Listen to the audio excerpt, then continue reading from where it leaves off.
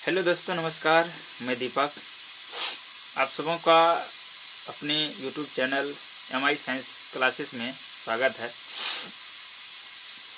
आज हम दिसंबर सीटेट और जनवरी सीटेट पास अभ्यर्थी जो भी हैं उन सबों को यह बता देना चाहता हूं कि आप सभी एकजुट होकर जो अभी न्यू कोटिंग और प्रदेश अध्यक्ष का चुनाव किया जा चुका है, उसके नेतृत्व में आइए और एक साथ कदम से कदम मिलाकर अपनी मंजिल की ओर बढ़िए। कितने पर्सन ऐसे भी होंगे जो ये सोचते होंगे कि इससे पहले नीरज जी नेतृत्व करते थे, क्या हुआ? त्रिपुरारी जी करते थे, क्या हुआ? कृष्णा जी करते थे, क्या हुआ? हम एक ही चीज कहेंगे, सभी के सभी भाड़ में गया, है ना। वो सब बात को छोड़ के एक समतुल आप हो जाइए, क्योंकि हमारे इस बात से कितने भाई को, कितने बहनों को गुस्सा भी आएंगे कि नहीं, आखिर ये क्या बोल रहा है, इतना आखिर ये गलत बात क्यों बोल रहा है। उन सब बात को छोड़ के एक समतुल होइए। और सबसे अहम भूमिका किसी भी चीज की योगदान में देखा जाए, आज तक का इतिहास रहा है कि महिलाओं का बढ़ चढ़ कर हिस्सा लेना। लेकिन दिसंबर और जनवरी सीटेट अभ्यर्थी में इतने महिलाएं हैं कि बिहार में 38 जिले हैं। अगर केवल एक जिले से 5 महिला अभ्यर्थी ही जुड़ते हैं तो काफ़ी अत्यधिक संख्या में हो जाएगी। अब इस प्रकार से अगर देखा जाए तो 38 मल्टीप्लाई 5 190 अर्थात 200 के लमसम में महिला अभ्यर्थी हो रहे हैं। 200 नहीं, अगर जिस दिन 100 महिला अभ्यर्थी एक्टिव हो गए उस दिन रखिए कि 7वां चरण का जो नोटिफिकेशन है वह बहुत जल्द ही आ जाएगा।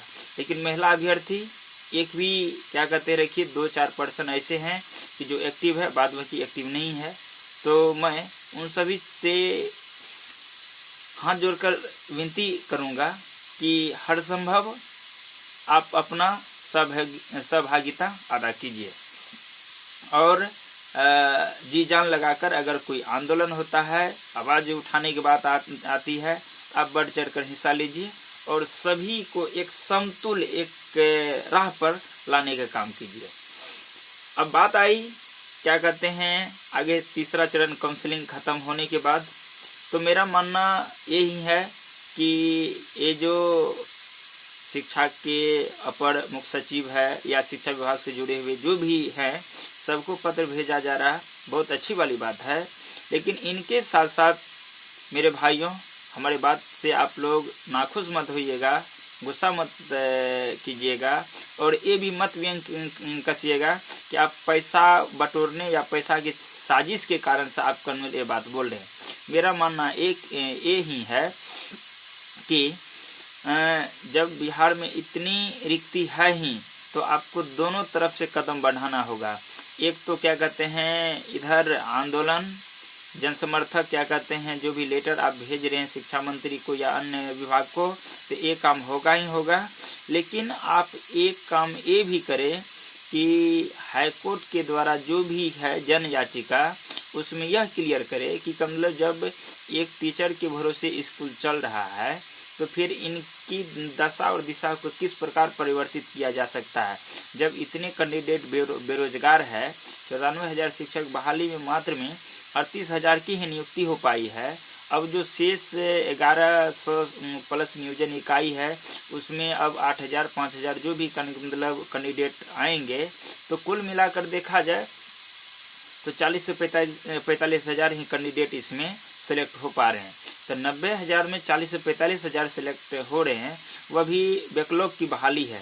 तो 2019 तक की जो भी रिक्तियां हैं सबको मतलब कैलकुलेट करके अगर देखा जाए तो अभी काफ़ी अत्यधिक इसमें सीटें खाली बच रही है और शिक्षा विभाग भी एक्सेप्ट कर रहे हैं इस बात को।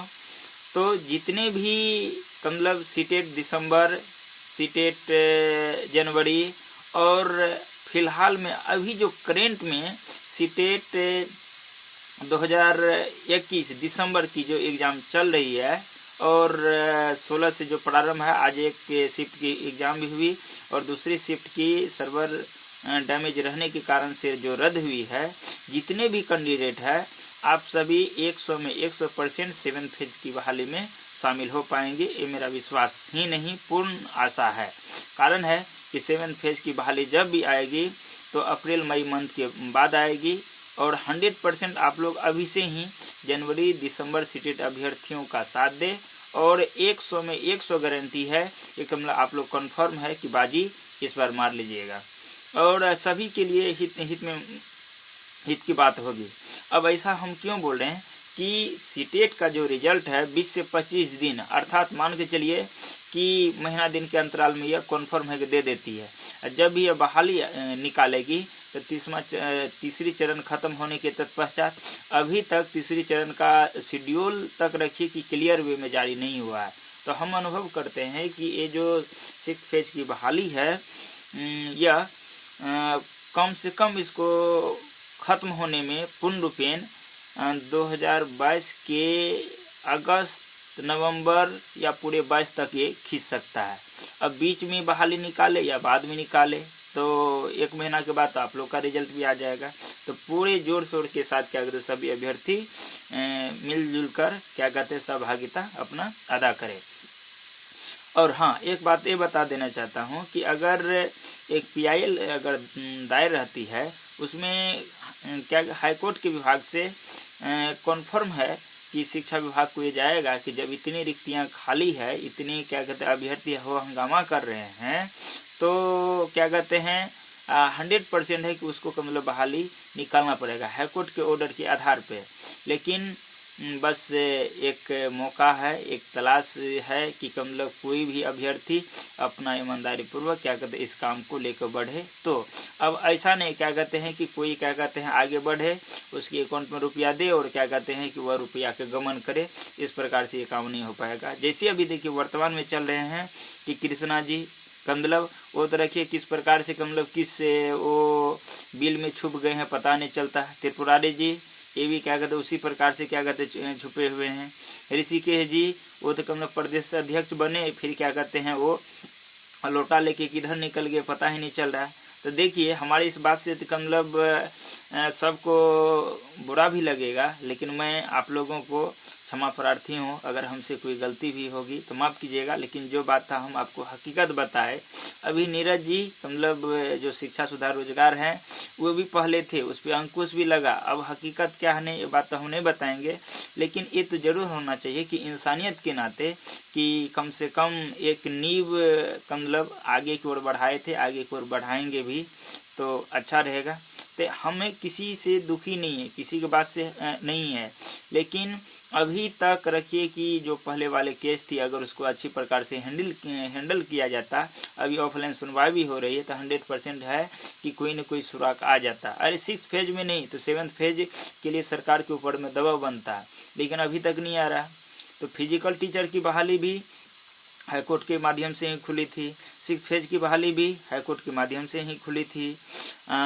शारीरिक अनुदेशक या अन्य प्रकार के रखिए जो भी चीज़ है तो वहीं से आ रही है। तो ये बहरी जो सरकार है मतलब ये हम लोगों की बात को हमारे अनुभव से ये नहीं लग रहा है कि आंदोलन से सुनेगा, क्योंकि जुलाई वाले अभ्यर्थी 3 दिन का आंदोलन का या 4 दिन का समय लेकर गए थे, समय ख़त्म हुआ और वहाँ पर रखिए कि बेली रोड पे कमलब इस प्रकार से आयोजन की गई थी कि दौड़ के पीट के कमल इसको भगाया जा रहा था और एट लास्ट में भगा दिया। अब इसका मुद्दा शांत है। तो हमारे समझ से दोस्तों एक ही है कि आप सभी है ना बाहर से जो आंदोलन है तो इसका मतलब रूपरेखा है ही बहुत अच्छा है, हम भी साथ देते हैं, हम भी चलेंगे पटना, सबको ले जाने का भी प्रयास करेंगे। लेकिन एक PIL कीजिए कि अगर इससे नहीं होता है तो क्या कहते हैं हाईकोर्ट में उधर से जल्द से जल्द सुनवाई हो और क्या कहते हैं तुरंत नया नोटिफिकेशन निकालने के लिए सरकार के ऊपर में दबाव दे हाईकोर्ट के माध्यम से। और दोस्तों कोई ज़्यादा फी नहीं रखना उसमें, मात्र में 50 रुपया, 100 रुपया, 150 रुपया, 200 रुपया से ज़्यादा नहीं एक अभ्यर्थी से। तो इस प्रकार से रखिए, क्या कहते हैं कि गाइडलाइंस के आधार पर होगा और बिल्कुल पारदर्शिता के आधार पर क्या कहते हैं ये सभी काम होने चाहिए। तो आज के लिए बस इतना ही दोस्तों। अगर मेरी बात अच्छी लगी हो तो प्लीज़ वीडियो को लाइक कीजिएगा। अगर कोई भी तरह की बात की परेशानी हो तो प्लीज़ क्या कहते हैं कमेंट्स में लिखकर आप हमें बताइएगा। हर संभव प्रयास करेंगे कि आपकी उलझनों का जवाब हम अच्छी प्रकार से दे पाए, या जो बात रहेगा सुधारने के लिए मैं उनको सुधार कर पुनः आप लोगों के लिए एक वीडियो पुनः बनाऊँगा। अच्छा दोस्तों, आज के लिए बस इतना ही। जय हिंद।